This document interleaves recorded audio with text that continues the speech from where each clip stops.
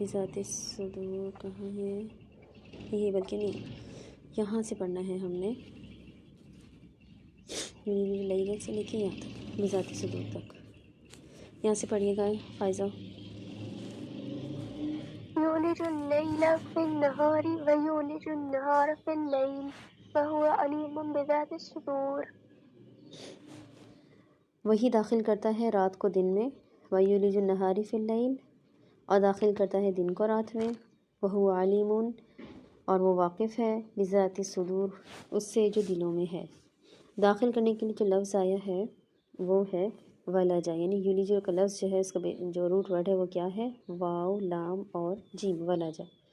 ولجا کے معنی ہوتے ہیں نشیب، گہرائی، ڈیپتھ، جیسے دو پہاڑوں کے درمیان کھائی ہوتی ہے نا، جس میں کوئی وادی بنی ہوئی ہوتی ہے، اس کے معنی غار بھی ہے، اور داخل ہونے کی جگہ بھی، جیسے ہم انگلش میں کہتے ہیں نا انٹرنس۔ اب ولجا کا ایک اور انٹرسٹنگ میننگ بھی ہے، لیکن اسے ہم بعد میں پڑھیں گے۔ اب تک ہم اس صورت میں اللہ تعالیٰ کا تعارف پڑھتے آئے ہیں۔ آج کی آیت اس تعارف کے سلسلے کو آگے بڑھا رہی ہے، اور اگلی آیت سے احکامات کا سلسلہ شروع ہوگا، ٹھیک ہے۔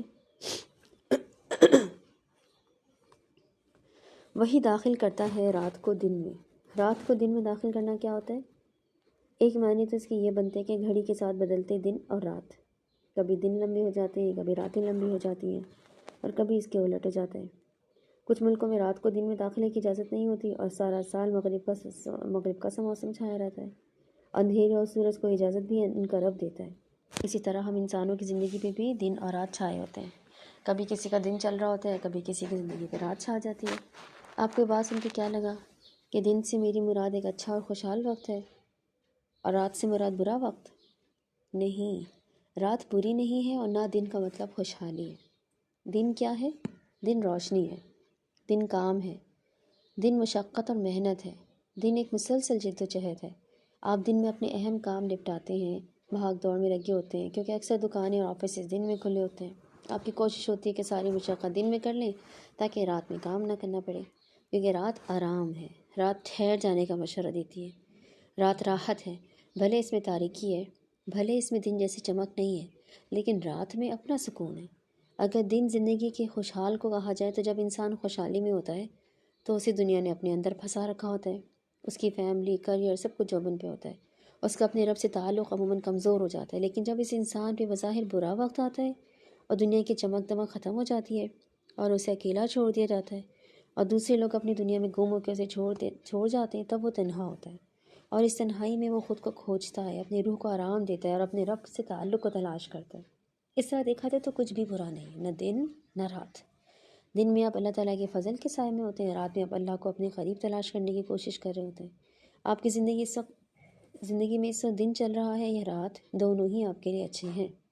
اگر آپ کی زندگی ایسی خوشحال نہیں جا رہی جس کا خواب آپ دیکھتے ہیں تو کوئی بات نہیں، یہ آپ کی رات ہے، اس میں آپ نے خود کو سلو ڈاؤن کرنا ہے، ٹھہرا دینا ہے، آرام کرنے دینا ہے، کیونکہ بہت جلد اللہ اس کو دن سے بدل دے گا۔ کوئی بھی وقت کبھی ایک جیسا نہیں رہتا، یہ بار بار بدلتا ہے، سب امتحان ہے۔ اور ولجہ کا ایک دوسرے معنی ہے، اور وہ ہے بہت قریبی دوست۔ ولجہ بنیادی طور پہ کہتے ہیں کسی کے اندر داخل ہو جانا، جیسے گھس جانا، اور دوست وہ ہوتے ہیں نا جو ہمارے اندر داخل ہو جاتے ہیں، ہم اپنے ایک حصے میں ان کو رہنے کی اجازت دیتے ہیں۔ جو دوست ہمارے ساتھ ہیں وہ ہمارے دل میں رہتے ہیں، اور جو ہمارا دل دکھا کے دور جا چکے ہیں یا الگ ہو چکے ہیں، وہ بنا کرائے دیے ایک عرصے تک ہمارے دماغ میں رہتے ہیں۔ یہ آیت ہمیں بتاتی ہے کہ جیسے دن کو رات میں داخل کرنا اور رات کو دن میں داخل کرنا سوائے اللہ کی مرضی کے اور کسی وجہ سے نہیں ہوتا ہے، ویسے ہی آپ کے دوست جو آپ کی زندگی میں آئے یا جو زندگی سے گئے وہ سب اللہ کی مرضی سے آئے اور گئے۔ آپ کسی روشن انسان کو اپنی زندگی میں داخل نہیں کر سکتے، نہ کسی تاریک انسان کو اپنی زندگی سے نکال سکتے، یہ فیصلے اللہ تعالیٰ کرتا ہے۔ اس لیے اگر کوئی جدا ہو گیا یا کوئی ایسا ملا جس کی ملنے پہ شرمندگی ہے تو ہم نہ کیا کریں، یہ آپ کا فیصلہ نہیں تھا، اسے آپ کی زندگی میں لانا اور اسے لے کر جانا یہ اللہ نے ایسے ہی لکھا تھا۔ اب کی جو آیات ہیں نا وہ محکمات ہیں، حکم دینے والی آیات، اور جب اللہ کی کتاب آپ کو حکم دے تو ادب سے بیٹھ جائیں اور توجہ سے سنیں،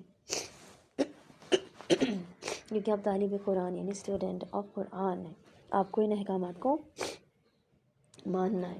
جتنا آپ ایک ایک حکم پہ عمل کرتے جائیں گے اتنا ہی اللہ تعالیٰ اپنے نور کے دروازے آپ پہ کھولتے جائیں گے۔ اللہ کا نور کیا ہے؟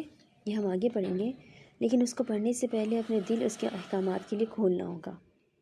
لیکن بے فکر یہ کہ ایسے مشکل احکامات نہیں ہیں، یہ بہت سادہ احکام ہے۔ اب ان کی آیت اس سورہ حدید کی آیت نمبر 7 پڑھتے ہیں، نمبر 7۔ یہاں سے پڑھیں آمین باللہ و رسولہ سے کبیر تک۔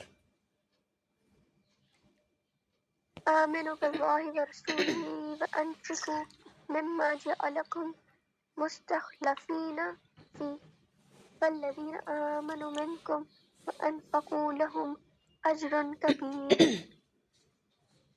آمنوا باللہ، ایمان لاؤ اللہ پر، ورسولہ، اس کے رسول پر، وانفقوا، اور خرچ کرو اس میں سے، مما جعلکم مستخلفین فیہ، جس میں تمہیں اس نے جانشین بنایا ہے،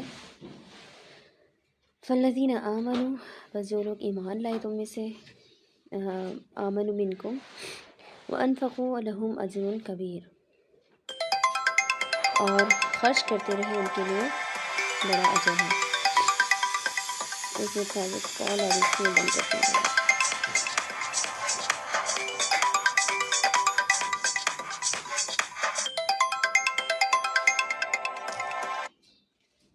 چلیں خود ہی بند ہو گئی۔ پہلا حکم کیا ہے؟ اللہ پر ایمان لاؤ۔ یہ حکم تو بچپن سے سن رہے ہیں، اس میں ایسا نہیں کیا ہے، ہم تو کلمہ گو مسلمان ہیں، لا الہ الا اللہ پڑھتے ہیں، ہمیں معلوم ہے کہ ایمان کیا ہوتا ہے۔ پھر آج اس حکم کو پڑھنے کا مقصد، ایمان کہتے ہیں یقین کو، اللہ ہونے کا یقین۔ اور کیا چیز ہے جو اس ایمان کو کم کرتی ہے بلکہ ختم کر دیتی ہے؟ وہ 4 چیزیں ہیں: جھوٹ بولنا، گالی دینا، وعدہ توڑنا، چوری کرنا۔ اور وہ کون سی چیز ہے جو ایک دل میں ایمان کے ساتھ نہیں رہ سکتی؟ وہ آتی ہے تو ایمان چلا جاتا ہے۔ اب وہ ہے بے حیائی۔ بے حیائی کہتے ہیں گناہ کو کھلم کھلا کرنے کو، یعنی ہر ایسا کام کھلم کھلا کرنا جو اسلامی حیا کے خلاف ہو۔ اور بے حیائی سے بڑا گناہ کیا ہے؟ تشیع الفاحشہ، یعنی بے حیائی کو پھیلانا، اس کو عام کرنا۔ یعنی اگر آپ کوئی ایسا کانٹینٹ بنا رہی ہیں جو فحش چیز لوگوں میں پھیلا رہا ہے تو وہ فحش کی اشاعت ہے۔ فحش کا مطلب ہوتا ہے بے حیائی، اور اس کے اشاعت کیا ہوگا؟ تشیع الفاحشہ، یہ قرآن کریم کی آیت ہے، تو اس کی زمر میں آ جاتا ہے۔ اور یہ ایسا گناہ کبیرہ ہے جس کی معافی نہ مانگی جائے تو اس کی دنیا میں بھی سزا ملتی ہے۔ 3 گناہ ایسے ہیں جس کی سزا دنیا میں بھی ملتی ہے اور آخرت میں بھی۔ ایک تو ہے والدین کی نافرمانی، دوسرا تشیع الفاحشہ یعنی بے حیائی کو پھیلانا، اور تیسرا ہے سرکشی یعنی بغاوت کرنا، حد سے بڑھ جانا۔ جیسے آج کل کھلم کھلا دین کے اقدار کے خلاف ہمارے اپنے مسلمان بغاوت کر رہے ہوتے ہیں۔ یہ چیزیں ایمان کے خلاف ہیں، یعنی ایمان کے خلاف ہونے کا مطلب ہوتا ہے کہ جس سے ایمان چلا جاتا ہے۔ ایمان صرف زبانی یا دل سے اللہ پہ یقین کرنا نہیں ہے، بلکہ ایمان اپنے عمل سے بھی اللہ پہ یقین کرنے کا کہتا ہے۔ پھر اگلا حکم کیا ہے؟ ایمان لاؤ اللہ کے رسول پہ۔ ہم ایک دفعہ درود شریف پڑھ لیتے ہیں، اللہم صلی علی محمد وعلی آل محمد کما صلیت علی ابراہیم وعلی آل ابراہیم انک حمید مجید، اللہم بارک علی محمد وعلی آل محمد کما بارکت علی ابراہیم وعلی آل ابراہیم انک حمید مجید۔ رسول اللہ صلی اللہ علیہ وسلم پہ ہم بچپن سے ہی ایمان لاتے آئے ہیں، تو یہاں کون سا ایمان مراد ہے؟ وہی ایمان جو عمل سے ثابت ہوتا ہے۔ ہماری اللہ اور اس کے رسول سے محبت جذباتی سے زیادہ اصولی ہوتی ہے، ہمیں اس محبت کو ثابت کرنا ہوتا ہے۔ جذباتی محبت کی اپنی جگہ ہے، جو لوگ مدینہ منورہ جاتے رہتے ہیں ان کو معلوم ہوگا کہ اس بات کا کیا مطلب ہے، لیکن اصل محبت اصولی ہے، یعنی ہم نے آپ صلی اللہ علیہ وسلم کے اصولوں پہ زندگی گزارنی ہے۔ جیسے کہیں پڑھا تھا کہ اگر آج رسول کریم صلی اللہ علیہ وسلم آپ کے کمرے میں تشریف لے آئیں تو کیا فخر سے ان کو اپنا کمرہ دکھا سکیں گے، یا بہت کچھ ایسا ہے جو آپ کو ان سے شرم سے چھپانا پڑے گا؟ یہ کیسے معلوم ہوگا کہ اللہ کے رسول کو کیا پسند تھا کیا ناپسند تھا؟ اس کے لیے سیرت نبی پڑھنی ہوگی انشاءاللہ، اور ہم جب حدیث کورس شروع کریں گے تو اس کے اندر بھی ہم پڑھیں گے سیرت۔ ایک دفعہ آپ سیرت النبی کی گہرائی میں جا کے اس کی کتاب کو پڑھیں جس میں ہم نے اپنے استادوں سے پڑھا تھا، تو آپ کا اللہ کے رسول کے بارے میں زاویہ بالکل نیا ہو جائے گا۔ آپ کو بہت سی حقیقتیں اس دنیا کے راز سمجھ میں آنے لگیں گے جو سیرت پڑھے بغیر نہیں سمجھ میں آتے۔ اور جب ہم سیرت کی کتاب کو دل سے اس میں ڈوب کے اسٹڈی کرتے ہیں نا، تو آپ کی زندگی اور آسان ہو جاتی ہے، پھر کوئی مشکل نہیں لگتی۔ اگلا حکم کیا ہے؟ وَأَنفِقُوا مِمَّا جَعَلَكُم مُّسْتَخْلِفِينَ فِيهِ، خرچ کرو اس میں سے جس میں ہم نے تمہیں جانشین بنایا ہے۔ یہاں دو لفظ اہم ہیں، خرچ اور جانشین، یعنی انفقو اور مستخلفین فی۔ عموماً قرآن میں کہا جاتا ہے نا کہ خرچ کرو اللہ کے فضل میں سے یا اس میں سے جو اللہ نے تمہیں دیا۔ اب یہاں ایک نئی بات کی گئی ہے، وہ ہے مستخلفین یعنی جانشین۔ خرچ کے لیے لفظ آیا ہے نفقہ، انفقو جو ہے نا، یہ اس کا روٹ ورڈ کیا ہے؟ نون فا اور قاف، نفقہ، ٹھیک ہے۔ اور نفقن کہتے ہیں صحرا کے چوہے کی سرنگ کو، جس کی ایک سرے میں چوہا داخل ہوتا ہے اور دوسرے سے نکل آتا ہے۔ اور نفقہ سوراخ کو بھی کہتے ہیں، جیسے سوراخ میں سے کچھ لیک ہونا، جیسے بالٹی میں ہول ہو جاتا ہے تو کیا ہوتا ہے؟ پانی رستا رہتا ہے۔ ایسے ہی نفقہ مال خرچ کرنے کو، بالخصوص اللہ کی راہ میں صدقہ کرنے کو بھی کہتے ہیں۔ اور نفقات سے ہی منافق کا لفظ بنا ہے، کیونکہ منافقوں کے دل میں بھی سوراخ ہوتے ہیں۔ جانشین کے لیے خلف کا لفظ آیا ہے۔ اگلا جو لفظ ہے ہمارا جانشین کا، وہ مستخلفین سے آیا ہے، ٹھیک ہے۔ مستخلفین کا جو روٹ ورڈ ہے وہ کیا ہے؟ خلفہ، خلف۔ اور خلف جو ہے وہ اسی سے خلیفہ نکلا ہے، اور اس سے ایک لفظ مخالفت یا خلاف ہونا، اور خلف اس کو کہتے ہیں جو بعد میں آتا ہے، اور اسے کسی کو ہٹا کے اس کے عہدے پہ تعینات کیا جاتا ہے۔ اس کو انگریزی میں سکسیسر بھی کہتے ہیں نا، یعنی جانشین، جیسے بادشاہوں کے جانشین ہوتے ہیں، اور اگر کوئی جانشین اچھا نہ نکلے تو اسے ہم اردو میں ناخلف بھی کہتے ہیں۔ خرچ کرو اس میں سے جس کا اللہ نے تمہیں جانشین بنایا۔ اب یہاں پہلے معنی تو واضح اور صاف ہے کہ اللہ کے لیے دیے مال میں سے خرچ کرنا ہے، کس پر؟ غریبوں پر، لیکن اس کا ایک معنی ہے۔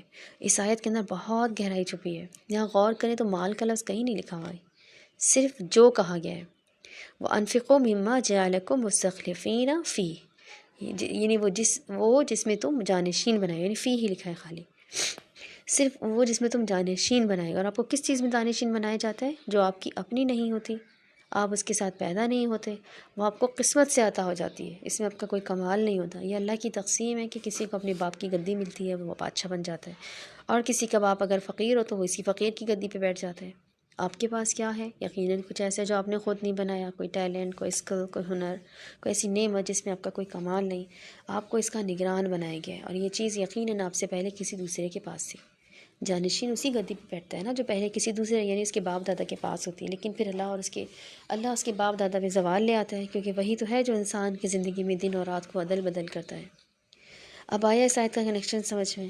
یوں زوال کے بعد وہ گدی جانشین کو مل جاتی ہے ایک وقت تک، اس وقت کے بعد جانشین پہ بھی زوال آ جائے گا اور اس کی گدی کسی دوسرے کو دے دی جائے گی۔ بادشاہوں کے زوال دولت کی کمی، دشمن کی فتح، یا عمر رسیدگی، بیماری یا موت کی وجہ سے آتی۔ ہم آج کل کے نارمل انسانوں کی نعمتوں کا زوال اس لیے نہیں آتے، ہمارا کوئی ایسا ٹیلنٹ جس میں سے ہم اللہ کی راہ میں خرچ کر سکیں، چاہے وہ ہمارا وقت ہی کیوں نہ ہو، اس کو زوال تب تک نہیں آ سکتا جب تک ہم ثابت نہ کر دیں کہ ہم اس گدی کے قابل نہیں ہیں۔ مثلاً آپ کا کوئی ٹیلنٹ ہے یا کچھ ایسا ہے آپ کے پاس جو انسانیت کی بھلائی کے لیے خرچ کیا جا سکتا ہے، لیکن آپ اس کو صرف اپنی دنیا بنانے کے لیے خرچ کر رہے ہیں، اور آپ زندگی کے چکا چوند میں کھو کے اس چیز کو پس پس یعنی بیک پہ ڈال دیتے ہیں، تو یہ لاپرواہی یعنی گویا کہ ناشکری آپ کی اس نعمت کو زوال کا شکار کر دے گی۔ زوال ایک خوفناک لفظ ہے اور یہ ہر چیز کو آتا ہے، لیکن جب تک آپ اس نعمت کو اللہ کی راہ میں خرچ کرتے رہیں گے اس کو زوال نہیں آئے گا الا ماشاء اللہ۔ اور یہ نعمت کیا ہے؟ یہ کچھ ایسا ہے جو آپ کے پاس ہے اور اس میں آپ کا کوئی کمال نہیں، اچھا ذہن ہونا، ٹیلنٹ ہونا، مال ہونا، یہ سب چیزیں وہ ہیں جن میں انسان کا کمال نہیں، تو اللہ کی مرضی سے انسان کو دی جاتی ہے نا۔ وہ انہیں کوشش کے ذریعے بڑھا ضرور سکتا ہے اور ناشکری کے ذریعے گھٹا سکتا ہے، لیکن یہ اس کی اپنی وجہ سے نہیں مل رہی ہے۔ ہمارا اپنا اس دنیا میں صرف عمل ہوتا ہے، ہماری مرضی، باقی سب اللہ کی مرضی سے ہوتا ہے۔